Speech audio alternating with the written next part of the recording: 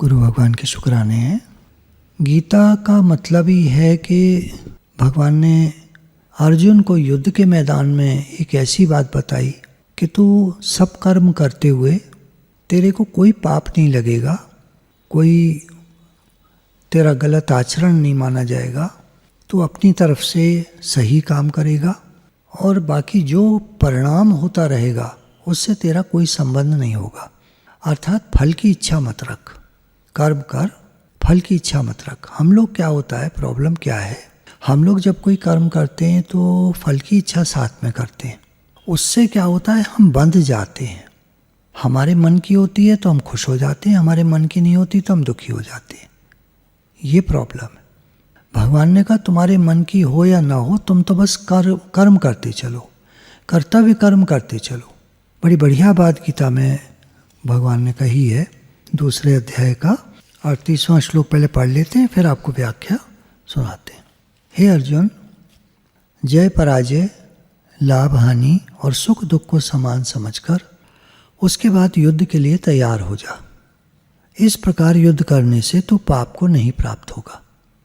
तो करना क्या है भगवान के हिसाब से, कि जो भी तुम काम कर रहे हो उसमें तुम अपना मन जो लगाते हो कि मैं जीतूंगा हारूंगा, अर्थात कर पाऊंगा नहीं कर पाऊंगा, अर्थात सफलता और असफलता दोनों के बारे में हम सोचते रहते हैं। तुमने काम ठीक से चुन लिया, तुम्हारी पसंद का काम तुमने ठीक से चुन लिया, अब तुम उसको करो। अब उसमें सक्सेस मिलेगी नहीं मिल पाएगी, कितनी मिल पाएगी, थोड़ी मिल पाएगी, ज़्यादा मिल पाएगी, उतनी नहीं मिल पाएगी जितनी मैं चाहता हूँ, तो फिर तो काम अच्छे से होगा भी नहीं और मन में एक दुख बना रहेगा, खुशी नहीं आएगी। तो इन चीज़ों को तू समान समझकर तू अपना काम कर। इस प्रकार कर्म करने से, यहाँ अर्जुन के आगे युद्ध है तो भगवान ने कहा युद्ध करने से हमारे आगे कर्म होते हैं, शास्त्रवेद कर्म, करने योग्य कर्म, कर्तव्य कर्म, ये सब हमारे सामने होते हैं। तो इस प्रकार कर्म करने से तो पाप को नहीं प्राप्त होगा। अब देखिए, गीता जो है व्यवहार में परमार्थ की विलक्षण कला बताती है। जो ज्ञान वाले शास्त्र हैं, अगर हमें ज्ञान पढ़ना है तो उसके लिए हमें अलग समय निकालना पड़ेगा। और शास्त्र बड़े मोटे मोटे, उनकी व्याख्याएं बड़ी बड़ी, कोई मांडुक उपनिषद है, एक संत जी ने मांडुक उपनिषद की व्याख्या कई वॉल्यूम्स में किताबें लिखी हैं, कई वॉल्यूम्स, मतलब एक एक किताब 2, 3, 4, 5, 6, 7, 8 इस तरह इतनी मोटी मोटी किताबें एक उपनिषद के ऊपर लिख डाली। पहले उनकी पूर्व मीमांसा होती है, फिर बाद में कारक होता है, फिर ये फिर वो करते कराते काफ़ी लंबा उसका व्याख्या बन जाती है। तो यहाँ भगवान ने बहुत शॉर्ट में, गीता हम अगर समझें तो सारे शास्त्रों का निचोड़ है और निचोड़ हमेशा शॉर्ट में होता है। अब हम लोग कहते सुनते हैं, लंबा कर देते हैं उसको, वो एक अलग बात है, लेकिन जो भगवान ने बात कही है वो टू द पॉइंट कही है। अगर मैं खाली पढ़ दूं और आपके समझ में आ जाए तो बहुत शॉर्ट में काम बन जाए। तो चलिए कोशिश करते हैं, प्रयास करते हैं। गीता व्यवहार में परमार्थ की विलक्षण कला बताती है। पारमार्थिक उन्नति, स्पिरिचुअल ग्रोथ हमारी कैसे हो, ये गीता व्यवहार में ही बताती है। काम करते रहो और भगवान की तरफ बढ़ते रहो, जिससे मनुष्य प्रत्येक परिस्थिति में रहते हुए तथा शास्त्रवेद सब तरह का व्यवहार करते हुए भी, कि ऐसी भी परिस्थिति, देखिए समता विषमता, तरह तरह की लाभ हानि परिस्थितियाँ, ऊंच नीच परिस्थितियाँ, ups and downs, peaks and valleys, ये जीवन में चलती रहती हैं लोगों के। कुछ लोग होते हैं जिनका एक सा चलता है तो उसका कोई खास मतलब नहीं होता। अगर कोई बड़ा काम करना चाहता है तो उसके आगे बहुत सारे चैलेंजेस आते हैं। तो भगवान कह रहे हैं कि प्रत्येक परिस्थिति में रहते हुए तथा शास्त्रवेद सब तरह का व्यवहार करते हुए भी अपना कल्याण कर सके कोई। शास्त्रवेद जो कायदे का व्यवहार है वो करना चाहिए, अपना कल्याण हो जाए, जिससे गलत काम ना करे, कोई खराब काम, गलत काम ना करे। अन्य ग्रंथ तो प्राय यह कहते हैं कि अगर अपना कल्याण चाहते हो तो सब कुछ त्याग कर साधु हो जाओ, एकांत में चले जाओ, क्योंकि व्यवहार और परमार्थ दोनों एक साथ नहीं चल सकते। तो कुछ ग्रंथ ये कहते हैं कि अगर हम अपना कल्याण चाहते हैं तो सब कुछ त्याग कर साधु हो जाओ, एकांत में चले जाओ, क्योंकि व्यवहार और परमार्थ दोनों एक साथ नहीं चल सकते। व्यवहार भी चले, परमार्थ भी चले, दोनों एक साथ, तो वो कहते हैं कि वो चलना मुश्किल होता है। परंतु गीता कहती है कि आप जहाँ हैं, जिस मत को मानते हैं, जिस सिद्धांत को मानते हैं, जिस धर्म संप्रदाय वर्ण आश्रम आदि को मानते हैं, उसी को मानते हुए गीता के अनुसार चलो तो कल्याण हो जाएगा। जैसे भगवान चला रहे हैं वैसे चलो, कल्याण हो जाएगा। जिस मत को मानते हो, जिस सिद्धांत को, जिस धर्म को, जिस वर्णाश्रम को, कल्याण हो जाएगा। एकांत में रहकर वर्षों तक साधना करने पर भी ऋषि मुनियों को जिस तत्व की प्राप्ति होती थी, एकांत में रहकर वर्षों तक साधना करने पर ऋषि मुनियों को जिस तत्व की प्राप्ति होती थी, उसी तत्व की प्राप्ति गीता के अनुसार व्यवहार करते हुए हो जाएगी। गीता में भगवान कह रहे हैं कि तुम अपना व्यावहारिक काम करते रहो तो तुमको उसी तत्व की प्राप्ति हो जाएगी। कितनी बढ़िया बात हम सब के लिए, ग्रस्त में रहने वालों के लिए भगवान ने कही। सिद्धि असिद्धि में सम रहकर निष्काम भावपूर्वक कर्तव्य कर्म करना ही गीता के अनुसार व्यवहार करना है। क्या चीज़? सम रहकर। हमारे मन की हो रही है, नहीं हो रही है, हमारे मन के उल्टा हो रहा है, लेकिन हम निष्काम भावपूर्वक कर्म किए जा रहे हैं। कर्तव्य कर्म करना ही गीता के अनुसार व्यवहार करना है। युद्ध से बढ़कर घोर परिस्थिति तथा प्रवृत्ति और क्या होगी? जब युद्ध जैसी घोर परिस्थिति और प्रवृत्ति में भी मनुष्य अपना कल्याण कर सकता है, तो फिर ऐसी कौन सी परिस्थिति तथा प्रवृत्ति होगी जिसमें रहते हुए मनुष्य अपना कल्याण न कर सके? जब युद्ध के मैदान में भगवान कह रहे ये गीता का उपदेश सफल हो जाए तो तुम कहीं भी हो, फिर क्या दिक्कत है? फिर तो हर जगह सफल हो। तो यहाँ भी युद्ध की अभी बात बताएंगे। गीता के अनुसार एकांत में आसन लगाकर ध्यान करने से भी कल्याण हो सकता है, 6ठे अध्याय में जैसे भगवान ने बताया, और युद्ध के मैदान में या व्यवहार करते हुए भी अपना कल्याण हो सकता है। ज्ञान योग, कर्म योग, भक्ति योग, 3 प्रकार है। भगवान से अपनापन कर लो, भक्ति योग। ज्ञान में अपनी स्थिति बना लो, ज्ञान योग।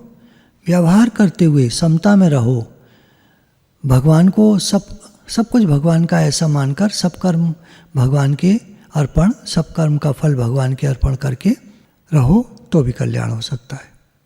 अब यहाँ एक बात आती है कि अर्जुन न तो स्वर्ग चाहते थे न राज्य चाहते थे, वे केवल युद्ध से होने वाले पाप से बचना चाहते थे। अर्जुन ने नहीं कहा मुझे स्वर्ग चाहिए, मुझे राज्य चाहिए। उन्होंने ये कहा कि मेरे इतने सब रिश्तेदार सामने खड़े हैं, इनको मारकर तो मैं ये समझता हूँ, उसकी समझ ऐसी थी कि पाप लगेगा। इसलिए भगवान मानो यह कहते हैं कि अगर तू स्वर्ग और राज्य नहीं चाहता पर पाप से बचना चाहता है तो युद्ध रूप कर्तव्य को समता पूर्वक कर, फिर तुझे पाप नहीं लगेगा।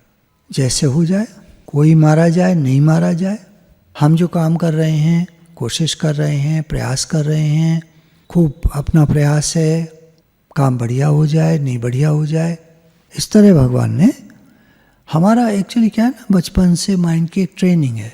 कुछ लोगों की तो होती है अरे काम ही तो करना है, कैसे भी कर दो। कुछ लोगों की होती है काम ही मत करो। कुछ लोगों की होती है बढ़िया काम करो। अब हमारे माइंड की ट्रेनिंग है तरह तरह से। शांति हो तो मैं बैठ के भजन करूं, सड़क के किनारे बैठ के भजन, खूब गाड़ियां आ रही हैं जा रही हैं, टी टी पे पे टी टी पे पे, लोग आ रहे हैं जा रहे हैं, किसी का पैर लग रहा है, किसी को कुछ हो रहा है, वहाँ भजन वही कर सकता है जिसके अपने कोई मन ही नहीं है, जिसको केवल भगवत भाव बना हुआ है ही भगवान, है ही भगवान, है ही भगवान, बस अंदर में एक ही बात है ही भगवान, वो भजन कर सकता है। ये क्या, यूँ क्या, त्यों क्या, तो फिर भजन नहीं हो पाएगा। वो तो जंगल में बैठ के या हिमालय पे बैठ के भी नहीं कर सकते लोग, क्योंकि वहाँ भी कोई ना कोई समस्याएं हैं। जीवन में जीवन है तो समस्याएं हैं। एक विचारक ने कहा कि कब्रिस्तान में कोई समस्या नहीं होती, बाकी जीवन है तो समस्या होती है। तो भगवान मानो ये कहते हैं कि अगर तुम समता में रहोगे तो तुम्हें पाप नहीं लगेगा। प्रत्युत विषमता, पक्षपात, कामना, स्वार्थ, अहंकार, ये अगर मन में है तो फिर कर्तव्य करो मत करो पाप ही लगेगा। नहीं करो तो पाप लगेगा, करो तो पाप लगेगा। क्योंकि मैं उसमें प्रबल है ना, मैं नहीं करता तो तेरी कर्म न करने में भी प्रवृत्ति ना हो, भगवान ने कहा। तो यहाँ भगवान कह रहे हैं कि कर्तव्य का त्याग किसी भी स्थिति में बनता नहीं है। तो अगर हम ये सोच लें कि हमें तो कर्तव्य का पालन करना है, जी हमें तो अपना काम करना है, दुनिया में क्या हो रहा है, लोग क्या कर रहे हैं, पॉलिटिक्स में क्या हो रहा है, ये क्या हो रहा है, वो क्या हो रहा है, इधर से ध्यान हटा के हमें तो अपना काम करना है। कान में रुई डाल लो, अपना काम करो। देखिए, कुछ लोग सकाम कर्म करते हैं, कुछ लोग निष्काम कर्म करते हैं। निष्काम कर्म कम लोग करते हैं, सकाम कर्म ही ज़्यादातर लोग करते हैं। ये दो भाव होते हैं दुनिया में। तो जिनका सकाम भाव होता है उनको कर्तव्य कर्म करने में आलस्य, प्रमाद बिल्कुल नहीं करना चाहिए। प्रत्युत तत्परता से अपने कर्तव्य का पालन करना चाहिए। और जिसका निष्काम भाव है, जो अपना कल्याण चाहता है, उसको भी तत्परतापूर्वक कर्तव्य का पालन करना चाहिए, दोनों को। अब सकाम भाव वाले की इच्छा पूरी हो जाएगी तो खुश हो जाएगा, नहीं होगी तो दुखी होगा। निष्काम भाव वाले की इच्छा अनिच्छा है ही नहीं, जैसे भगवान रखें, जैसे भगवान चलाए।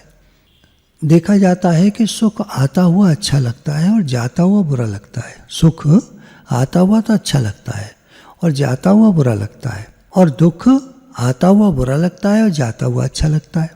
अतः इनमें कौन अच्छा है कौन बुरा, दोनों समान है भगवान की दृष्टि में। तो भगवान कह रहे हैं ये दुनिया एक नाटक की तरह, एक खेल की तरह, एक जादूगर की बाजी की तरह, एक पिक्चर की तरह जो पर्दे पर फिल्म चलती है, उसकी तरह ये दुनिया है। संसार रूपी पर्दे पर माया रूपी फिल्म चल रही है और हम लोग उसको सच मानकर सुखी दुखी होते रहते हैं। तो इसमें समबुद्धि हो जाए। पिक्चर कोई बैठा देख रहा है तो वो ऐसा देखे कि मैं मूवी देख रहा हूँ, तो उसको ज़्यादा फर्क नहीं पड़ेगा होने क्या हो रहा है उसमें। और अगर बिल्कुल ही वो जागा हुआ है, लाइट और जला ले अपने पास, तो उसको तो मूवी बिल्कुल ऐसे लगेगी जैसे पता नहीं क्या चल रहा है, कुछ भी। तो ज्ञानी जन जो होते हैं इनको संसार मूवी जैसा चलता हुआ दिखता है, लेकिन जो अब सकाम कर्म करने वाले हैं उनको तो बिल्कुल सच्चा लगता है। निष्काम कर्म करने वाले हैं वो इस तरह से देखते हैं जैसे बैठ के मूवी देख रहे हैं। चलो ठीक है, चलो हो गया तो ठीक है, नहीं हो गया तो ठीक है, हमें तो अपना कर्तव्य कर्म करना है। तो सम बुद्धि रखते हुए कर्तव्य का पालन करते हैं। तेरी किसी भी कर्म में सुख के लोभ से प्रवृत्ति न हो और दुख के भय से निवृत्ति न हो। कर्मों में तेरी प्रवृत्ति और निवृत्ति शास्त्र के अनुसार ही हो। अब क्या होता है, किसी भी कर्म में सुख के लोभ से कि यहाँ फायदा होगा, उसमें तो हम हाथ डालते हैं, काम करना चाहते हैं।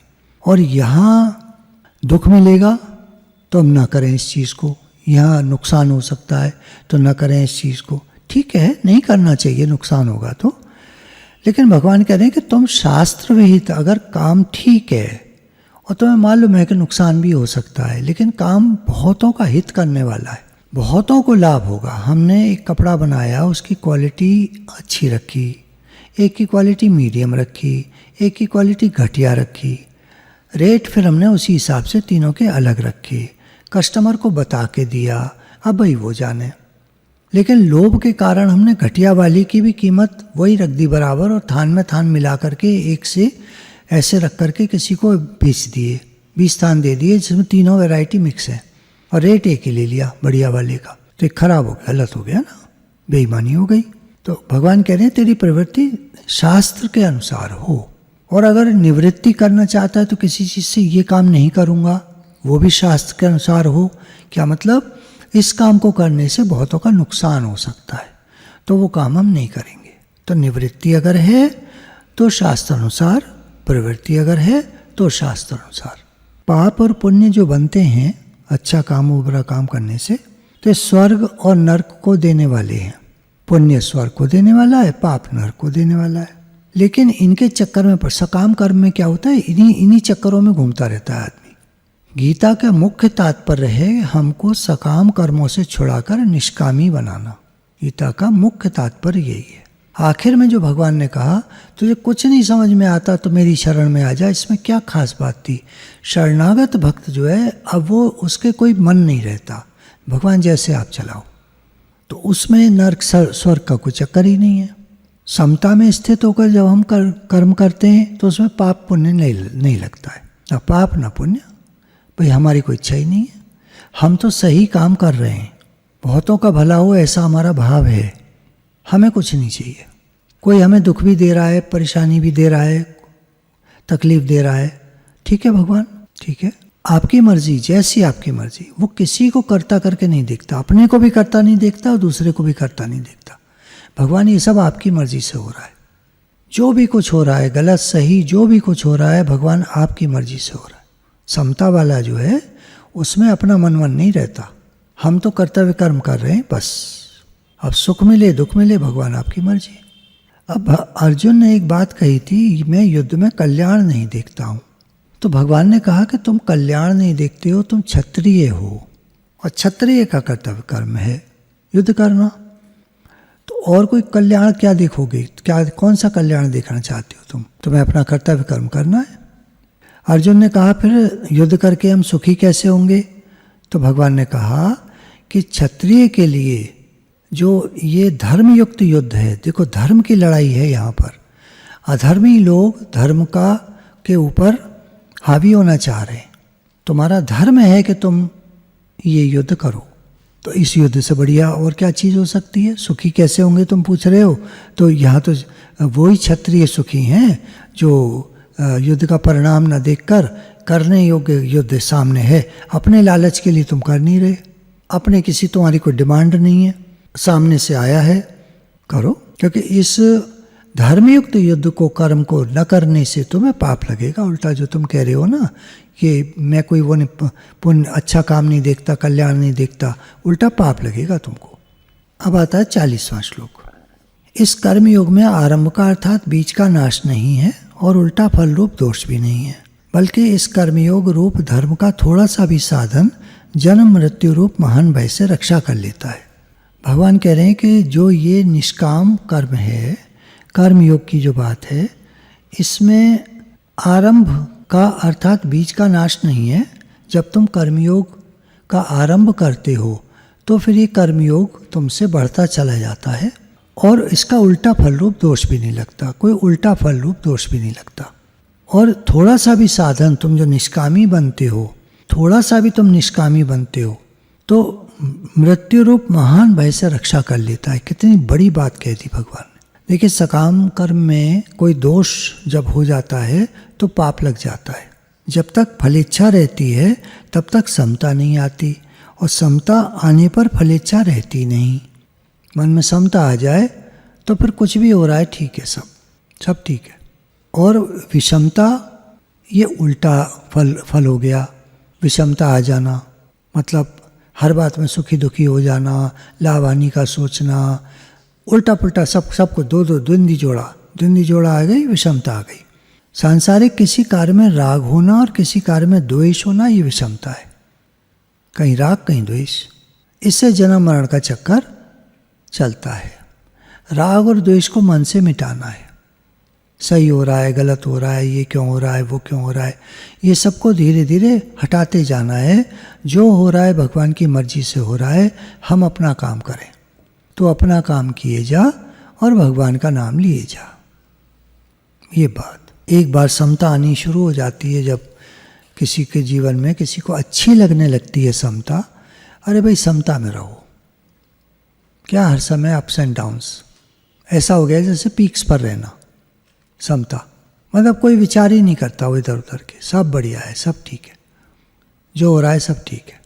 समता की बढ़िया बात यह है कि ये समता साधन सामग्री कभी किंचन मात्र भी खर्च नहीं होती, कम नहीं होती। ये समता एक बार आनी शुरू हो गई हमारे अंदर में, बिल्कुल हम सम और शांत रहते हैं। कुछ भी हो बाहर, कुछ भी होता रहे, हम सम शांत रहें। भगवान आपकी मर्जी हो रही है, मेरी न चले प्रभु आपकी चले। क्या होता है, कुछ लोग, मैं दो तरह के लोग देखे हैं।